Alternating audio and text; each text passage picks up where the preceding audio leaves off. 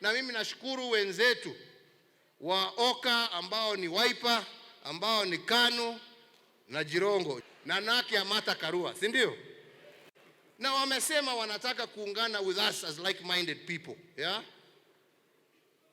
Na vile tunasema, hata kama wanasema pia wako na candidate, sisi wa Kenya ndio tutaamua kati ya wao wote. Haja ni tutoke na mtu mmoja ambaye atatuunganisha sisi na hakikishe tuko ndani ya serikali.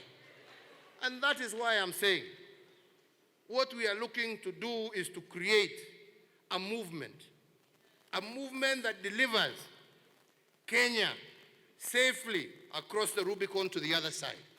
Na vile Raila amesema, tutazunguka pamoja Kenya hii, na baada ya wiki mbili, mimi sina shaka ya kwamba tutarudi mkutano mkubwa tuamue flag bearer wetu ni so and so wa Azimio.